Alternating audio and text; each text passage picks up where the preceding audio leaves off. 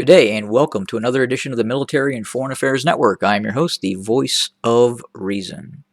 So in this episode, I wanted to address why I was identifying the country of Ethiopia as the former state of Ethiopia, and why I really kind of designate it as a failed state. And I'll try to explain the rationale behind that. I believe in other videos I have addressed it briefly, but I will in this video I will specifically address why I identify the state of Ethiopia as a failed state and the former state of Ethiopia. Well, first and foremost, the northern part of the country is in complete rebellion. You're probably looking at in excess of 100,000 personnel who have taken up arms against the centralized federal government of Ethiopia, the Prosperity Party, and Abiy Ahmed. You have an external force, the state of Eritrea, which has entered the former state of Ethiopia and occupies areas of the former state of Ethiopia, mainly western Tigray and some areas in the far northern part of Tigray and the border regions. So again, you have an entire region, for whatever reason, whether you support that reason or do not support that reason, the simple fact is well over 100,000 personnel, maybe more, have taken up arms against the central federal government. Other areas of Ethiopia are in conflict.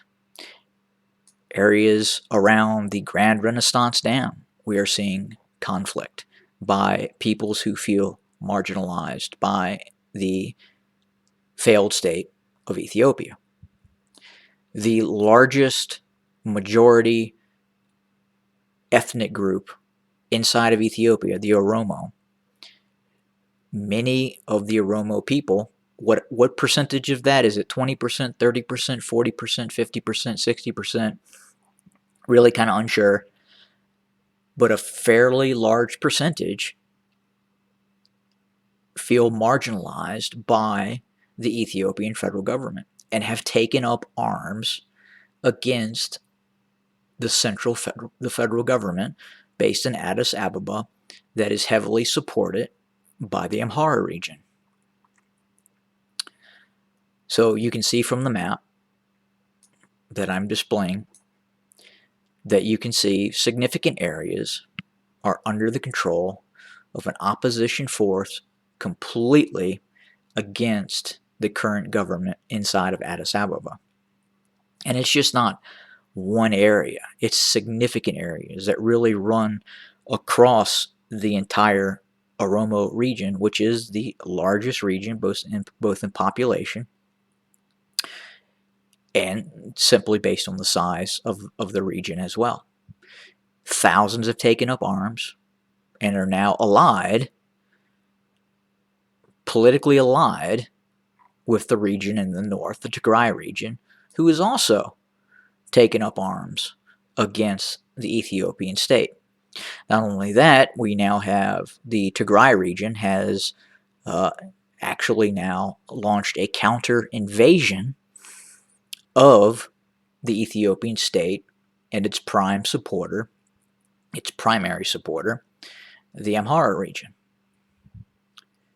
You now have the Amhara region and Amhara regional paramilitaries who are not part of the Ethiopian federal government, who have also now launched military activity into the Oromo region.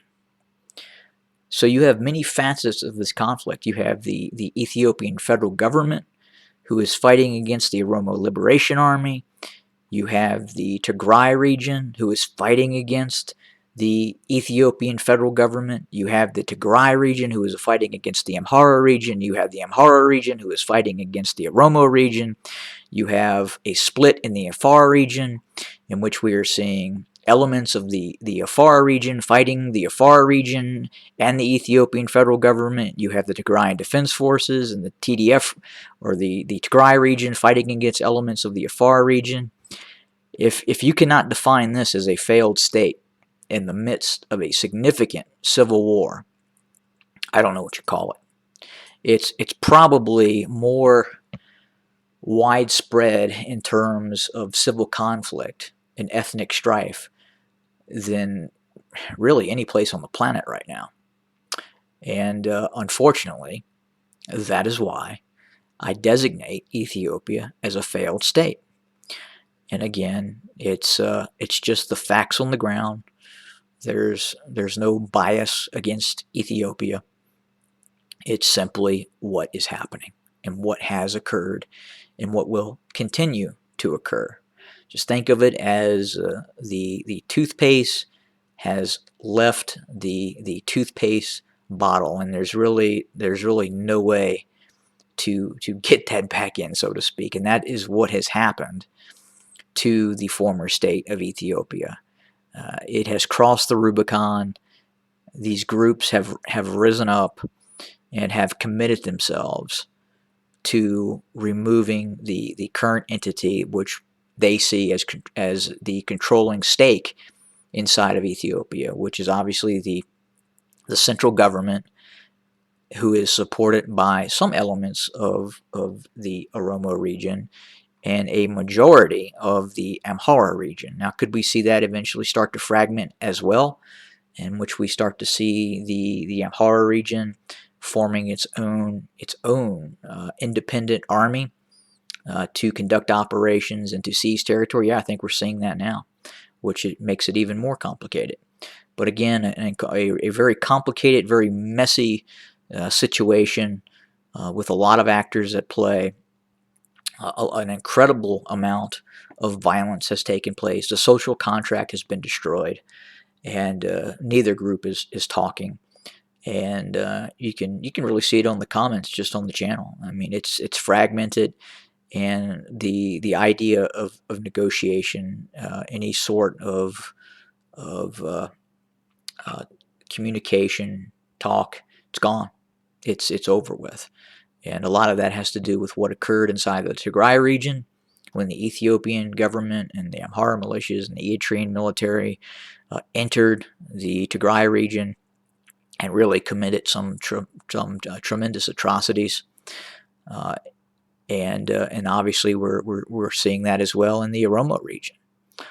We're seeing some really significant events taking place as we're now seeing the paramilitaries from the Amhara region enter the Oromo region, and we'll probably at some point also see forces of the Oromo Liberation Army enter the Amhara region at some point as well. So again, very, very nasty, very bloody, multifaceted civil war that is taking place. Hence, the designation Ethiopia is a failed state. Have a good day, everybody.